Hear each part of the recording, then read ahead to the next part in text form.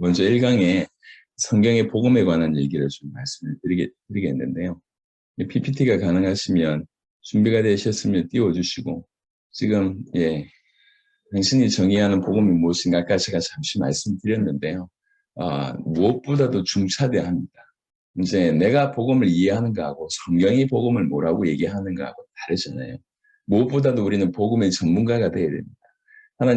하나님께서 우리를 위해서 독생자를 보내셨고, 그분이 우리의 모든 것들을 위해서 십자가 지시고 부활하심으로 말미암아 또 성령의 역사로 우리가 구원을 받고, 그 다음에 구원받은 이후에 엄청난 어떤 복을 주시고, 이런 모든 것들을 이제 다 아우르는 성경의 표현 그대로가 우리 가운데 있어야 되겠다, 이렇게 말씀드릴 수 있겠습니다.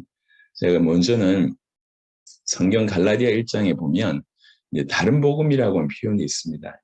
보시면요, 갈라디아 1장 6절부터 9절에 그리스도의 은혜로 너희를 부르신 이를 이같이 속기 떠나 다른 복음을 따른 것을 내가 이상하게 여기노라. 갈라디아 어떤 이 서가 보통은 이제 예수님 십자가 지신 이후에 한 30년 전후에 쓰여졌다고 보여집니다. 30년 만에 이런 일이 벌어진 거죠. 사도 바울이 정말 내가 이상하다, 어떻게 이렇게 빨리 속기 떠나서 다른 복음을 따르냐. 그런데 다른 복음이라고 한 것은 없다. 이것도 복음이고 저것도 복음이냐. 다른 복음은 없다. 다만 어떤 사람들이 너희를 교란하여 그리스도의 복음을 변하게 하려 합니다. 다른 복음이라고 하는 것을 말하려고 하는 의도는 그리스도의 복음을 변하게 변질시키려고 하는 의도다. 그러나 우리나 혹은 하늘로부터 온 천사라도 우리가 너에게 전한 복음 외에 다른 복음을 전하면 저주를 받을지어다, 이렇게 얘기합니다. 근데 사실은 지금 갈라디아 교회가 이 복음, 다른 복음을 얘기하고 있지 않습니까? 사실은 엄밀하게 표현하자면 지금 바울이 갈라디아 교회를 저주하고 있는 내용입니다. 우리가 전에 말하였거니와 내가 지금 다시 말하노니 만일 누구든지 너희가 받은 것 외에 다른 복음을 전하면 저주를 받을지어다. 실제로 갈라디아 배경은 딴 얘기가 아니고 예수 믿어도 좋다, 예수님을 그리스도로 믿어도 좋다, 그런데 구약의 율법도 우리가 지켜야 되지 않냐, 요거예요. 예수님 얘기 안 한 것도 아닙니다. 하나님 얘기 안 한 것도 아니에요. 교회 얘기 안 한 것도 아닙니다. 하지만 선명한 복음에서 뭔가 덧붙이면서 이것도 복음이라고 얘기하는 부분에 이렇게 날카롭게 얘기를 하신 것입니다. 그러면 잘 생각을 해보세요. 우리가 만약에 사도 바울이 얘기했던 이 범주 안에 있는지, 바울이 얘기하는 참된 복음 안에 있는지, 아니면 다른 복음 안에 있는지 잘 생각을 해보셔야 됩니다. 고린도후서 11장 3절부터 4절에도 이미 그 관계로 하와를 미혹한 것 같이 너희 마음이 그리스도를 향하는 진실함과 깨끗함에서 떠나 부패할까 두려워하노라. 만일 누가 가서 우리가 전파하지 아니한 다른 예수를 전파하거나, 혹은 너희가 받지 아니하는 다른 영을 받게 하거나, 혹은 너희가 받지 아니한 다른 복음을 받게 할 때는 너희가 자용납하는구나. 여기에도 보면 다른 예수, 다른 영, 다른 복음이라고 하는 표현이 있습니다. 여러분, 우리가 고린도 전후서를 읽어보면 그 고린도 교회가 아주 문제가 많았음을 보게 됩니다. 사도행전 18장 브리스가 부부 중심으로 세워진 고린도 교회입니다. 예수님을 정확하게 알고 믿어서 세워진 교회인데 시간이 불과 몇십 년 지나지 않아서 이런 일이 벌어졌어요. 그러니까 올바른 복음에서 벗어나기 시작하니까 그 교회 안에 수많은 문제가 동시에 드러나고 있는 것이죠. 이 정도로 불과 예수님 십자가 지시고 부활하시고 승천하시고 나서 불과 30년, 아니면 길게 잡아도 50년 안에 이런 일이 이제 벌어진 거예요. 교회 안에. 교회 밖이 아니라 교회 안에. 여러분, 지금은 예수님 십자가 지신 이후에 2000년이 지나갔습니다. 2000년 동안 사단이 얼마나 공격했는지를 보게 됩니다. 나중에 시간이 있을 때 보시기 바랍니다. 고린도후서 4장 4절에 사단이 강력한 어떤 그 부분을 얘기하면서 이 사단이 뭘 하냐면 이 그리스도의 영광의 복음, 이 복음의 광채가 비치지 못하게 하는 것이 사단의 가장 강력한 어떤 공격이라고 얘기합니다. 사단은 뭐가 중요한지 알고 있습니다. 여러분, 복음이 임해야지, 복음을 받아야지 우리가 구원받습니다. 우리가 복음을 붙잡아야지 신앙생활을 할 수 있습니다. 예. 가장 중요한 것이 복음인데 바로 이 복음을 그때나 지금이나 이 복음을 공격을 한다는 거죠. 그래서 보세요. 지금 교회 안에 있는 모든 사람들이 참 희한합니다. 복음 얘기하면 다 기초라고 생각합니다. 근데 정확하게 알고 있는지 물어 들어가 보면 정확하게 모르고 있어요. 그러면서도 들으려고 하지 않습니다. 왜 그러냐? 이게 기초니까. 이게 그냥 다 아는 거라고 퉁치고 믿으니까. 그러니까 여러분 보세요. 제가 이제 사실은 그냥 거의 뭐 불신자 비슷하게 신앙생활을 하다가 제대로 은혜 받고 나서 교회 안을 들여다보는데 모든 교회가 그런 건 아닙니다. 제가 교회를 비난할 의도가 전혀 없습니다. 근데 제가 이렇게 이 일을 보니까 이게 희한한 거예요. 이 교회가 아니 왜 이렇게 초대교회하고는 이렇게 현격하게 이렇게 차이가 날까? 왜 오늘의 성도들의 모습이 초대교회와 저토록 차이가 많이 날까? 이게 이제 고민이 되기 시작했어요. 환경의 문제나 아니면 사람의 문제가 아닙니다. 그 초대교회와 지금 우리가 차이 난 것은 결국 여러분 신앙생활이라고 얘기하잖아요. 신앙생활은 뭔가 믿기 때문에 따라오는 삶을 얘기합니다. 신앙하기 때문에 생활한다는 얘기잖아요. 삶이 신앙생활이 이렇다는 얘기는 딴 게 아니라 이 신앙에서의 차이가 이런 결론을 내는 것입니다. 이 신앙은 어디에서 나옵니까? 복음에서 나오는 거예요. 그들과 우리의 차이는 그냥 삶이 틀린 것이 아니라 삶 이전에 그들과 우리의 믿음이 틀린 것이고 믿음 이전에 그들이 가지고 있던 복음과 우리가 가지고 있던 복음의 차이를 바로 얘기한다고 볼 수가 있는 것입니다. 이 부분들은 이제 고민하기 시작했어요. 여러분 갈라디아 1장 6절은 사도 바울은 복음에는 타협이 없었습니다. 내가 너에게 전한 복음, 우리가 너에게 전한 복음 외에 다른 복음을 얘기하면 저주를 받는다. 그러니까 우리는 뭘 돌아봐야 되냐면 사도 바울이 얘기할 때 둘 중에 하나잖아요. 어디에 있는가 하는 거죠. 사도 바울이 전했던 그 복음 속에 있는가 아니면 그 밖에 있는가. 만약 밖에 있다고 얘기하면 그리스도 얘기하고 하나님 얘기하고 교회 얘기한다 할지라도 만약 밖에 있다고 얘기하자면 아까 얘기했습니다. 갈라디아 1장에 다른 복음이 딴 게 아닙니다. 예수도 믿고 율법도 지키자 이거예요. 예수도 믿고 구약도 우리가 율법도 지켜야 되지 않냐 이렇게 얘기한 겁니다. 유대주의의 어떤 부분이 들어왔습니다. 다 하나님 얘기예요. 다 말씀 얘기예요. 다 교회 얘기예요. 다 그리스도 얘기예요. 예. 다른 복음이 전혀 불교 얘기하는 게 아니에요. 모슬렘권 얘기하는 게 아닙니다. 확연히 벗어난 걸 얘기하는 게 아닙니다. 신천지 이만희 정도의 수준을 얘기하는 게 아니에요. 누가 보더라도 이게 성경 말씀 맞네. 구약도 지켜야 되겠네라고 충분히 납득이 될 만한 그런 겁니다. 그런데 만약 너희가 그 안에 있다고 하면 그 다른 복음 안에 있다고 하면 너희 저주를 받는다고 얘기해요. 여러분 복음은 굉장히 예리합니다. 그래서 이 복음에 절대로 우리는 타협이 없어야 돼요. 그러면 순서상 논리상 바울이 뭘 전했는가 이걸 살펴보는 것이 올바르지 않겠습니까? 여러분 서신서에서 아니면 성경 전체에서 가장 잘 복음을 풀어낸 것이 로마서.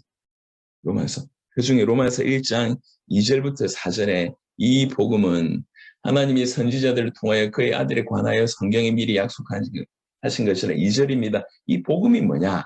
그의 아들에 관한 것입니다. 그의 아들에 관한 것인데 성경에 미리 약속이 돼 있대요. 누구를 통해서? 선지자들을 통해서. 이게 2절이 키입니다.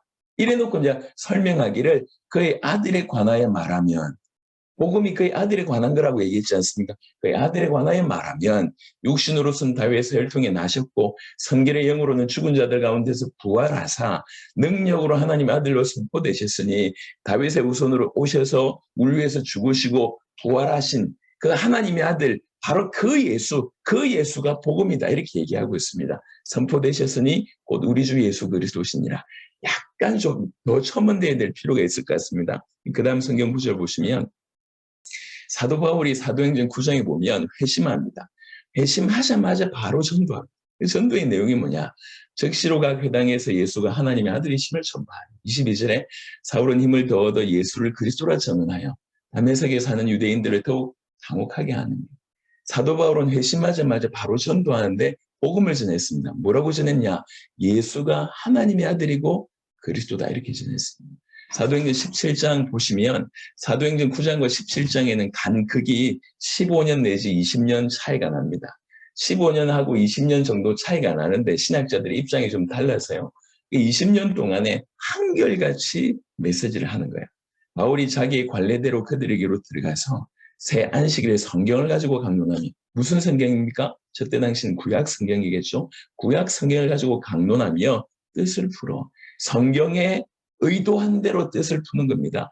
저 뜻을 푸는 요 부분들을 이제 잘못 이렇게 오용해가지고 이단들이 뭐 계시란 말도 너무 좋은 말이거든요. 근데 잘못 이해해서 뜻을 푼다, 계시, 이게 전부 지금 이렇게 그 언어 자체가, 단어 자체가 굉장히 변절됐는데, 이런 원래 뜻을 푼다, 계시, 이런 것들은 굉장히 복음적인 단어입니다. 뜻을 푼다는 것은 기록한 목적대로 푸는 거예요. 그래서 성경을 통해서 뜻을 풀었는데 먼저 그리스도를 설명합니다.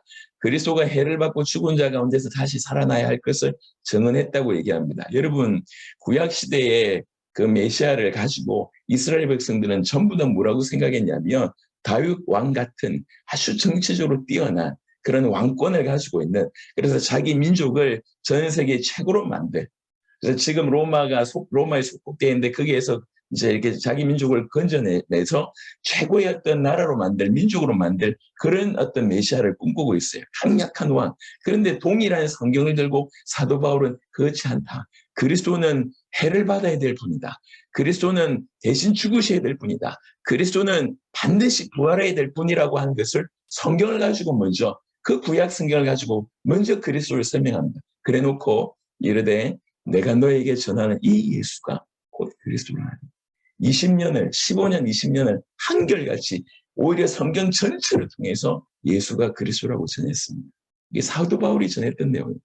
사도행전 18장 5절에 실로와 디모데가 마게도냐로부터 내려오매 바울이 하나님 말씀에 붙잡혀 유대인들에게 예수는 그리스도라 밝히 전하는, 여러분, 하나님의 사람이 하나님의 말씀에 붙잡히면 뭘 얘기하게 되었습니까? 물론 성령 충만해서 예언도 하고 기적도 일으키고 이런 일이 있습니다. 하지만 진짜로 하나님의 말씀에 붙잡힌 사람은 하나님의 말씀을 하게 돼 있습니다. 하나님 말씀의 키가 뭐냐? 복음입니다. 예수는 그리스도라고 밝히십니다. 자, 제가 지금 여러분들에게 사도 바울이 뭘 전했는지를 설명했습니다. 근데 사도 바울은 좀 특별한 인물이잖아요. 우리하고 좀 레벨이 좀 너무 다른 분 같아요. 근데 사도 바울만 전했다고 얘기하면 참고사항일 수 있습니다. 근데 사도들이 전부 전했고 초대교회가 전부 전했다고 하면 여기서 우리는 충격을 받아요. 사도들이 전했다고 하는 것을 한번 살펴보겠습니다. 사도 바울뿐만 아니라 사도행전 2장에는 여러분 잘 아는 성령이 임하신 바로 그 장면입니다. 120명의 사람들에게 성령이 임하고, 그때 명절 지키기 위해서 15개 나라 이상의 사람들이 몰려올 때에 성령이 임하면서 방언을 하기 시작합니다. 그때 많은 사람들이 보고 충격을 받죠. 놀라죠. 어떤 사람들은 술 취했다 비난하고, 또 어떤 사람들은 하나님의 큰 일에 대해서 너무 놀랍다 이런 반응을 보일 때 사도 베드로가 일어나서 한 번의 설교를 합니다. 그 한 번의 설교로 말미암아 3,000명이 통회하고 자복하고 제대로 서는 일이 벌어집니다. 그게 설교가 14절부터 36절이에요. 36절의 결론이 그런즉 이스라엘 온 집은 확실히 알지니 너희가 십자가에 못 박은 이 예수를 하나님이 주와 그리스도가 되게 하셨느니라. 너희가 십자가에 못 박은 그 예수가 사실은 주이고 그리스도다. 이게 베드로의 메시지입니다. 사도 바울뿐만 아니라 베드로가 이렇게 얘기했습니다. 요한일서 5장 1절에 사도 요한이 뭐라고 얘기하냐면 예수께서 그리스도이심을 믿는 자마다 하나님께로부터 난 자니라고 되어있습니다. 사도 요한도 이렇게 메시지했습니다.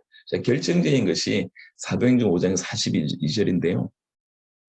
여기서 그들은 사도들 얘기합니다. 지금 막 핍박을 받고 돌아온 그 상황입니다. 그들이 날마다 성전에 있든지 집에 있든지 어느 곳이나 어느 때나 그 얘기입니다. 성전에 있든지 집에 있든지 예수는 그리스도라고 가르치기와 전도하기를 그치지 아니하니라 이렇게 되어 있습니다.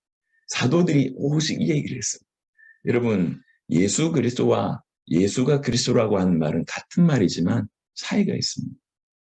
제가 이걸 자주 설명하는데 우리는 그리스도라고 하는 말을 정확하게 알지도 못하면서 예수 그리스도라고 부릅니다. 그러니까 이제 믿음의 차이가 많이 나는 거죠. 예컨대 자주 하는 얘기인데 한번 들어보세요. 설득력이 있는지 한번 들어보세요. 제가 이제 막내가 9살이에요. 9살. 여러분 9살 아십니까? 우리 막내 말이 굉장히 많아요. 남자인데 했던 말 또 하고 얼마나 말이 많은지. 근데 우리 막내가 쓰는 용어 중에 걔가 알고 쓰는 용어도 있지만 모르는 용어들이 많습니다. 예를 들면 미국 대통령이라고 얘기할 때 얘가 미국 대통령의 그 권세를 모릅니다. 얼마나 미국 대통령이 힘 있는지 몰라요. 그리고 바이든이라고 하는 사람 몰라요. 그리고 바이든이라고 하는 사람이 얼마 전에 당선돼서 바이든 대통령이라고 하는 사람 아무것도 모릅니다. 대통령의 그 권세의 힘도 모르고 바이든이라고 하는 사람도 모르고 이렇게 해서 바이든 대통령이 된 것도 전혀 몰라요. 우리 아이들은 몰라요. 하지만 우리 아이는 바이든 대통령이라고 얘기합니다. 얼마든지. 근데 바이든 대통령이라고 얘기하는 우리 아이 앞에 바이든 대통령이 나타나면 어찌 될까요? 우리 아이는 전혀 개념치 않을 거예요. 예. 전혀 놀라지도 않을 겁니다. 이상한 외국 할아버지 나타나셨네 이렇게 생각합니다. 그래서 바이든 대통령이야 라고 얘기해도 얘는 전혀 몰라요. 예, 전혀 얘한테 영향이 안 갑니다. 왜 그렇습니까? 이 아이는 말을 하지만 미국 대통령이 얼마나 힘이 있는지 아예 모릅니다. 바이든이라고 하는 사람 아예 모릅니다. 어렵게 당선된 거 전혀 모릅니다. 그러니까 이 바이든 대통령이 나타나도 얘한테는 감동이 없습니다. 근데 우리 어른들은 미국 대통령이 얼마나 힘이 있는지 트럼프 이후에 바이든이라고 하는 사람을 알고 그 사람이 대통령 당선된 걸 압니다.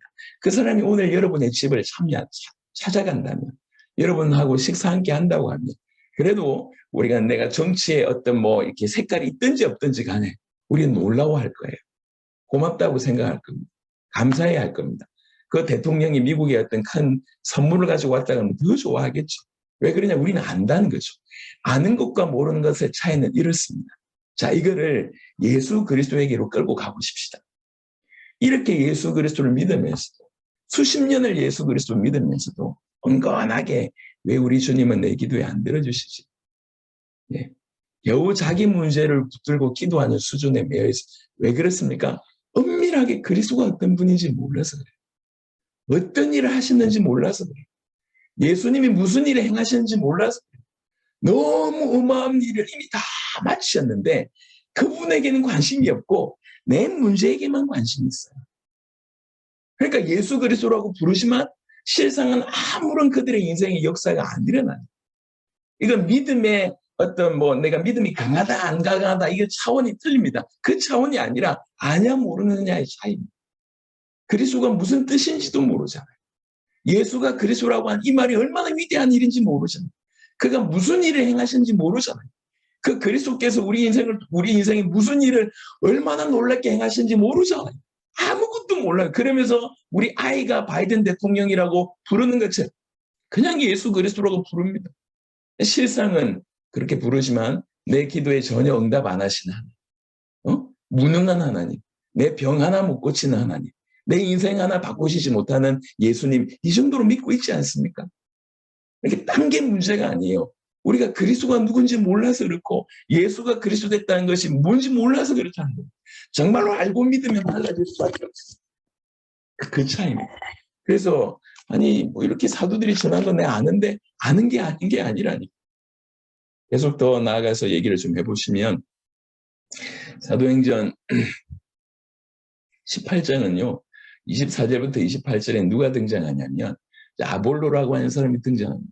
이 사람 누가 돕냐면 브리스가 부부가 도와요. 그래서 28절에 보니까 이는 성경으로서 예수는 그리스도라고 증언하여 공중 앞에서 힘있게 유대인의 말을 이김이라. 이게 무슨 말이냐면 사도 바울을 통해서 제자에게 복음이 들어갔고 이제 제자를 통해서 또 다른 제자에게 복음이 전달되는 요 형태로 우리가 보게 되는 겁니다. 네. 이건 무슨 말입니까?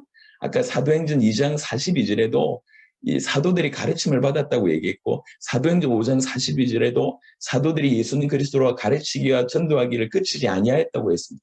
이 모든 수혜를 받았던 모든 초대교회 성도들이 딴 거 하지 않았고 예수님이 하나님의 아들 그리스도라고 믿었고 그렇게 전했다는 겁니다. 그게 대표적인 흔적이 바로 사도행전 18장 24절부터 28절입니다. 그들이 전하고 있던 내용, 그 복음이 뭐며 그들은 뭘 믿었고 뭘 믿었으며 어떻게 행동했는지가 그대로 나와 있는 본문이 그렇습니다.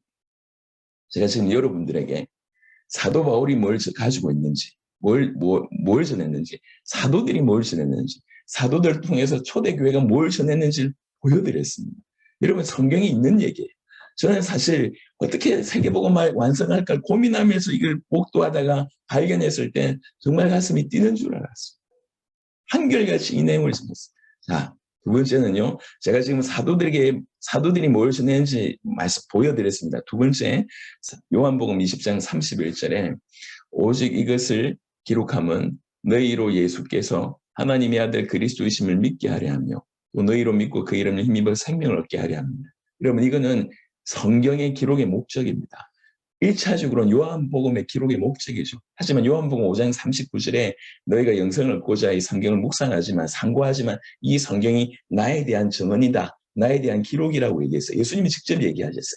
그래놓고 요한복음 20장의 31절에 보면 이런 겁니다. 성경의 기록의 목적은 오직 이것을 기록함은 너희로 예수께서 하나님의 아들 그리스도이심을 믿게 하려 하며 우리로 믿게 하기 위함입니다. 이렇게 믿으면 너희를 믿고 그 이름을 힘입어 생명을 얻게 하려 합니다. 생명이 따라옵니다. 이건 결과예요. 이건 따라온다고. 핵심은 뭡니까? 뭔가를 믿게 하기 위함이에요.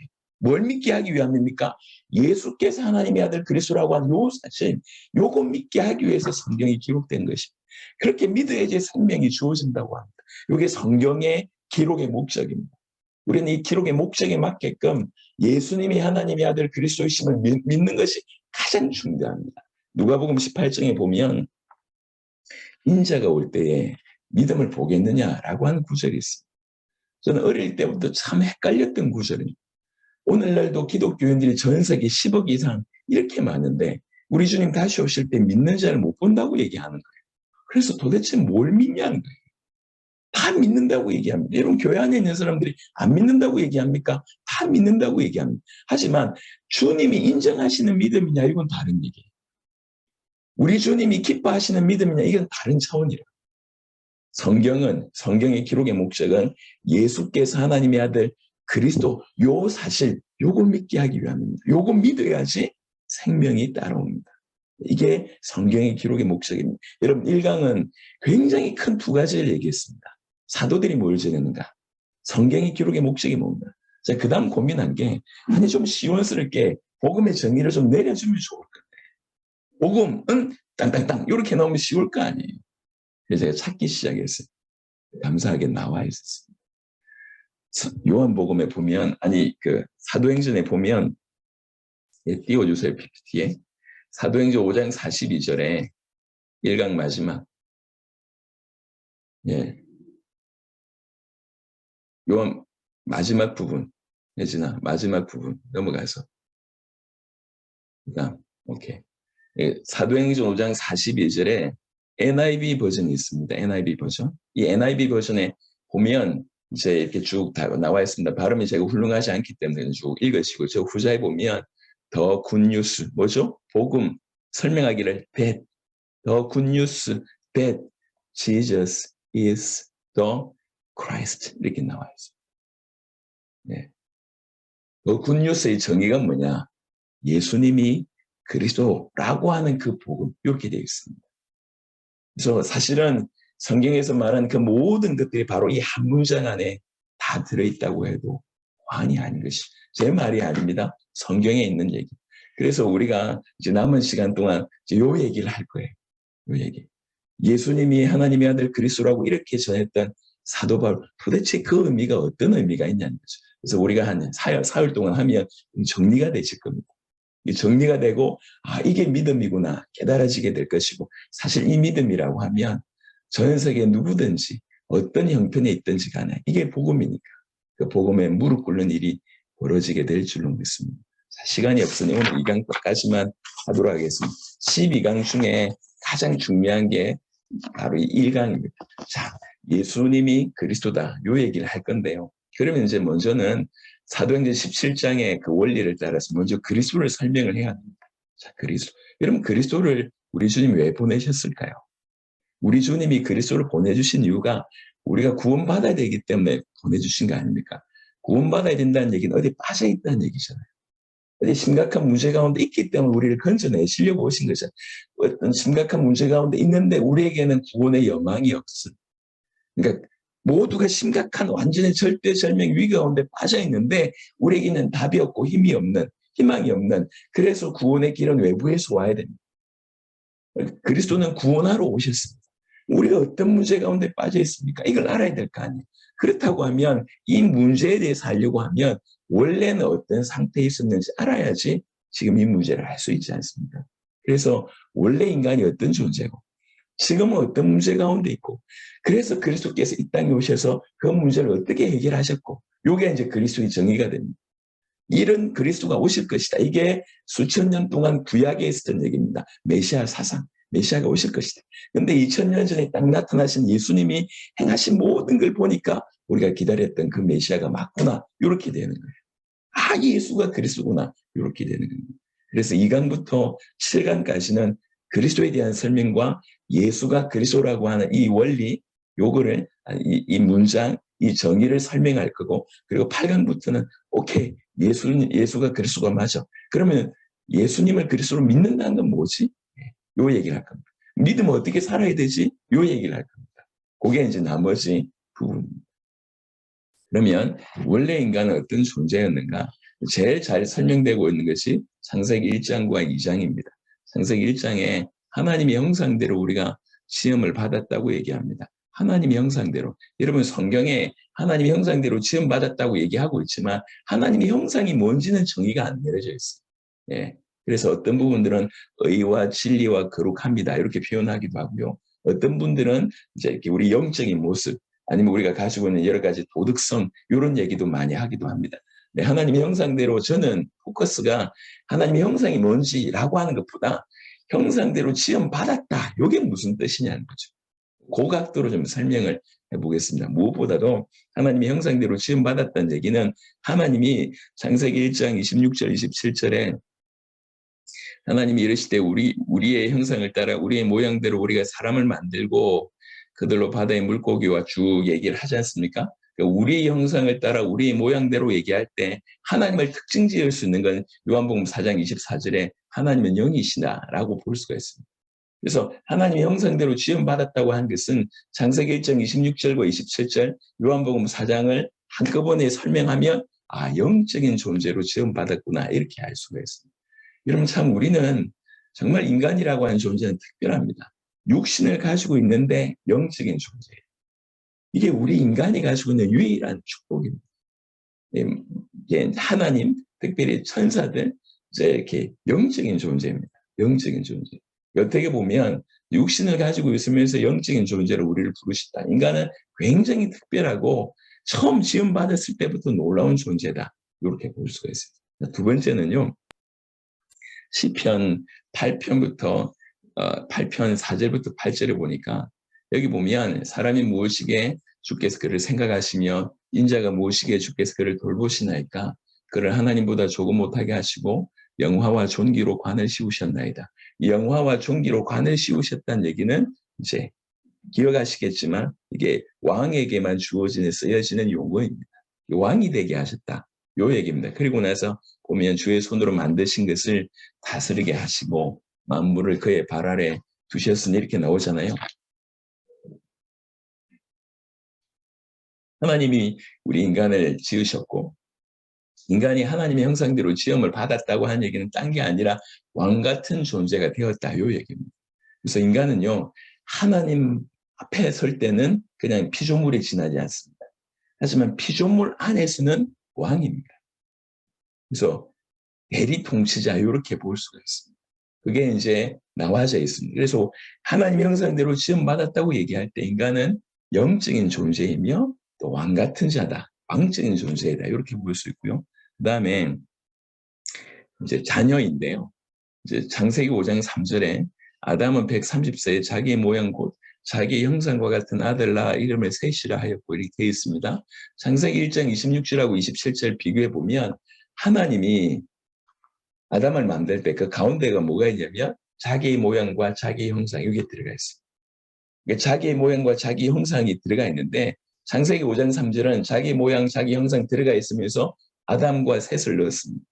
그러니까 이 말은 무슨 말을 얘기하는 거죠? 셋이 자기 모양, 자기 형상, 즉 아담의 모양과 형상대로 지음받은 자녀다라고 하는 것을 근거하고 있지 않습니까? 설명해 주고 있지 않습니까? 창세기 1장 26절, 27절에도 그냥 단순한 피조물이 아니라 우리를 자녀로 만드셨다고 하는 것입니다.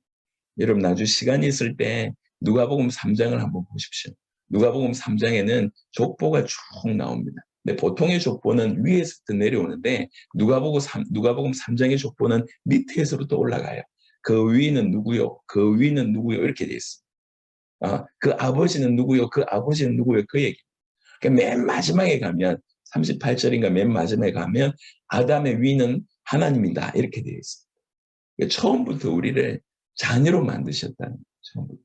그래서 요한복음 1장 12절에 영접하면 하나님의 자녀가 된다 이 말이 어떤 것이 생긴 게 아니라 원래 그렇게 지음을 받은 존재라고 하는 것입니다. 또 네 번째는요. 이 그리스도가요. 골로새 1장 15절에 그는 보이지 아니하는 하나님의 형상이시요 모든 피조물보다 먼저 나신 이시니 고린도후서 4장 4절에 그중에 이 세상 신이 믿지 아니하는 자들의 마음을 혼미하게 하여 그리스도의 영광의 복음의 광채가 비치지 못하게 함이니 그리스도는 하나님의 형상이니라. 그리스도 이꼬르 하나님의 형상. 우리는 하나님 형상대로 지음받은 자. 즉 우리는 그리스도 비슷하게 지음받은 자. 이렇게 정리할 수 있습니다. 그래서 원래 첫사람 아담은 그리스도와 비교될 만한 존재였습니다. 그래서 저 이후에 보면 사도 바울도 이 아담과 이제 그리스도를 비교하지 않습니까? 첫사람 아담, 마지막 아담 비교하잖아요. 그러니까 원래 지음받았던 우리 이 첫사람 아담은 우리 인간은 사실은 그리스도와 감히 비교될 정도로 그렇게 뛰어난 존재였다고 볼 수가 있습니다. 그러니까 그 모든 것들이 하나님의 형상대로 지음받았다. 요 한 구절 안에 다 들어가 있는 우리가 받은 복이 사실은 그만큼 큽니다. 그리고 2장에 이제 요 부분들을 조금 더 자세하게 풀어내는데 사실 2장은 인간이 무슨 복을 받았는지를 다 풀어놨다고 볼 수가 있습니다. 1장 28절에 하나님이 그들에게 복을 주시며 하나님이 그들에게 복을 주시며 하나님이 그들에게 이르시되 생육하고 번성하여 땅에 충만하라 땅을 정복하라 바다의 물고기와 하늘의 새와 땅에 움직이는 모든 생물을 다스리라 하시니라. 이 정복 또한 생육, 번성, 충만, 정복이 이제 복을 주시며 이 안에 해당된다고도 볼 수가 있습니다. 창세기 2장에는요 그 외에 여러 가지 축복이 있지 않습니까? 먼저는 안식의 복을 주십니다. 참된 휴식, 참된 힐링이 그 안에 있습니다. 그리고 창세기 2장 보시면 에덴의 축복을 주십니다. 하윌라 온 땅부터 시작해서 이런 에덴의 축복 주시잖아요. 그리고 언약을 주십니다. 그리고 우리를 생명이 되게 하십니다. 그리고 가정을 주십니다. 이런 것들이 창세기 2장에 충만하게 있습니다. 충만. 그런데 하나님의 형상대로 지음받았다고 하는 그 자체로도 귀하지만 창세기 2장에 너무 많은 축복을 겸하여 주셨습니다. 그 중에도 특별히 생명이 됐다고 하는 이 표현은 너무 기가 막힙니다. 여호와 하나님이 땅의 흙으로 사람을 지으시고 생기를 그 코에 풀어넣으시니 사람이 생명이 되니라. 우리는 생명입니다. 언제 그런 일이 벌어지냐? 생기를 그 코에 불어넣으시니 사실 이거는 신학적인 용어로 보면 이 성령이 임하신다고 한 동일한 어떤 그런 의미라고 얘기를 합니다. 우리 인간은 하나님이 함께 해야지 사는 존재입니다. 생명이 됩니다. 하나님과 연결되어 있을 때만 우리는 살 수 있는 존재입니다. 그렇게 지음을 받았어요. 어떤 분이 이렇게 표현을 하더라고요. 지음 받기를 물고기가 물 안에 살도록 지음을 받았다. 나무가 그 뿌리를 흙에 박도록 지음을 받았다. 동일하게 인간이 하나님 안에 있어야지 살도록 지음을 받았다. 이렇게 얘기합니다. 물고기가 물 떠나면 고통과 죽음입니다. 나무가 뿌리 뽑히면 고통과 죽음입니다. 인간이 하나님을 떠나면 고통과 죽음입니다. 인간은 하나님과 함께 해야지 살 존재입니다. 하나님이 함께 있을 때 인간은 비로소 살 수 있는 존재입니다.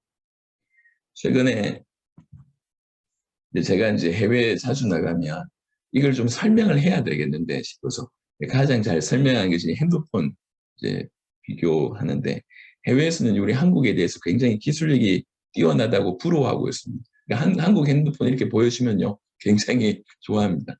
생각을 해보자. 이 핸드폰이 있는데 좋은 핸드폰인데 이게 만약에 전원이 공급이 안 된다.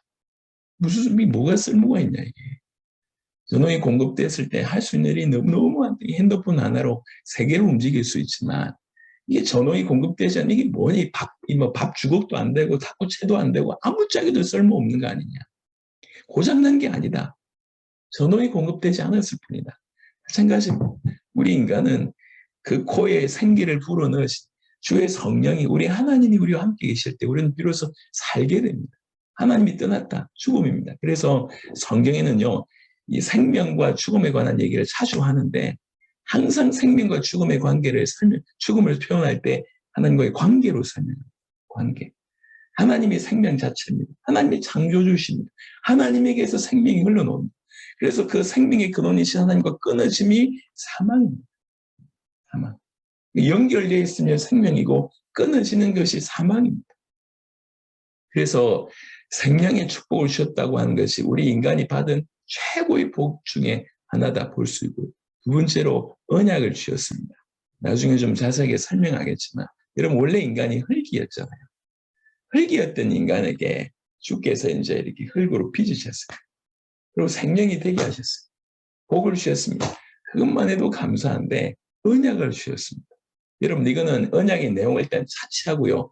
언약을 주셨다 이거 자체가 어떤 의미가 있냐면 하나님이 감히 인간을 자기 수준으로 여겨주신 겁니다. 여러분들이 이제 뭐 혹여 사업을 해보셨는지 모르시겠지만 여러분 저 대기업하고 사업을 하려고 하면 만나주지는 않습니다. 무슨 약속을 합니까? 무슨 언약을 받습니까? 또 꽤나 유명한 사람 한번 만나려고 하면요. 여러분 힘듭니다 이게. 그 약속을 주셨다는 얘기는 신뢰를 한다는 얘기고 인정을 해준다는 얘기입니다. 그게 첫 번째 의미 속에 담겨져 있고요. 두 번째는요. 하나님은 우리에게서 예배받기를 원하십니다. 암만 친하더라도 여러분 혹시 여러분 이렇게 여기 어머니들이 많이 계실 텐데 여러분 딸들이 여러분 높임만 쓰는 가정도 있지만 말 놓고 이렇게 친하게 친구처럼 지낸 그런 어머니가 있잖아요. 그렇다 치더라도 선은 있어야 돼요. 어머니는 어머니고 딸은 딸이에요. 넘지 말아야 될 섬을 넘으면 안 됩니다. 그러면 하나님께서 우리에게 약속 주셨을 때 힘들고 우리를 어떻게 속박하려고 주신 게 아닙니다. 이 신학자들이 연구를 하는데 이 약속은 지극히 지키기 쉬운 약속이었어요. 그 열매 과실 자체가 대단한 효력이 있는 게 아니에요. 그 열매 자체가 의미를 나타냅니다. 뭐가 선입니까? 안 따먹는 게 선이에요. 뭐가 악입니까? 약속을 어기고 따먹는 것이 악입니다. 신학자들은 얘기하기를 다른 특별한 나무가 아니라 그때 당시에 그 고대 근동에 있었던 두 가지 중에 하나일 것이다. 감람나무나 이제 이렇게 포도 둘 중에 하나일 것이다. 이렇게 얘기를 합니다. 그래서 에덴 천지에 있는 나무예요. 근데 그 동산 중앙에 있는 조금만 따먹지 말라고 하는 것이죠. 예, 어려울 게 전혀 없습니다. 그런데 생각해 보세요. 우리가 이렇게 열심히 살고 있어요. 근데 어느 날 약속이 딱 왔습니다. 아담을 생각해 보자고요. 아담이 열심히 에덴에서 살고 있는데 약속이 딱 왔어. 이 약속이 전혀 어렵지 않는 약속. 이전의 삶과 그냥 동일하게 나는 사는 거죠. 근데 이 약속이 오므로 내가 뭐가 됩니까? 이 약속이 오므로 이 삶의 의미가 생기는 거예요. 이 약속이 나한테 와서 오히려 내가 약속을 지키는 자의 삶을 살게 되는 거예요. 난 이전하고 똑같은 삶을 살고 있는데 오히려 약속이 와서 내 삶이 의미가 있는 그런 일이 벌어진 것입니다. 약속 주어진 것은 그런 의미입니다. 그리고 여러분 약속을 지킨다는 얘기는 어떤 의미가 있냐면 그 약속을 허락하신 하나님을 인정한다는 의미가 있습니다. 약속을 약속을 주신 하나님을 인정한다는 얘기는 그것은 그 약속을 주신 하나님을 예배한다는 얘기예요. 이 언약을 지키는 것 자체가 그 하나님을 예배하는 것입니다. 그래서 주신 거예요. 우리를 속박하기 위해서 주신 것이 아닙니다. 그래서 언약 주신 것은 재수 없는 게 아니에요. 왜 갑자기 뭐 이렇게 주셔가지고 우리 인생을 이렇게 꼬이게 하셨냐? 그게 아닙니다. 자유 의지를 가지고 있는 우리가 스스로 하나님을 예배할 수 있도록 만드신 또 오직 하나밖에 없는 특별한 그런 약속이었어요. 그래서 언약 자체는 사실 큰 축복이었다고 볼 수가 있습니다. 이게 첫사람 우리에게 주어진 약속이십니다. 이 약속, 이 언약이 이제 깨지기 시작을 한 거죠. 그게 이제 다음 시간부터 진행될 내용인데 제가 지금의 계획은 우리가 이제 총 4타임에 해야 되니까 원래 3강씩 나가야 되는데요. 이제 내용이 깊어지면 깊어질수록 그 다음에 또 전달할 내용이 많기 때문에 그래서 내일은 오전에는 그냥 6강까지 4강의를 좀 진행을 하겠고 제가 볼 때 전체 중에 가장 핵심적인 메시지는 내일 저녁에 여러분들이 복음이 이해가 된 이후에 어떻게 살아야 될지에 대한 얘기를 할 거기 때문에 내일 저녁에 좀 되어질 것 같습니다. 일단 오늘은 일광과 이광. 다행히 감사하게 목소리가 나오네요. 내일은 조금 더 밝게 나올 수 있었으면 좋겠습니다.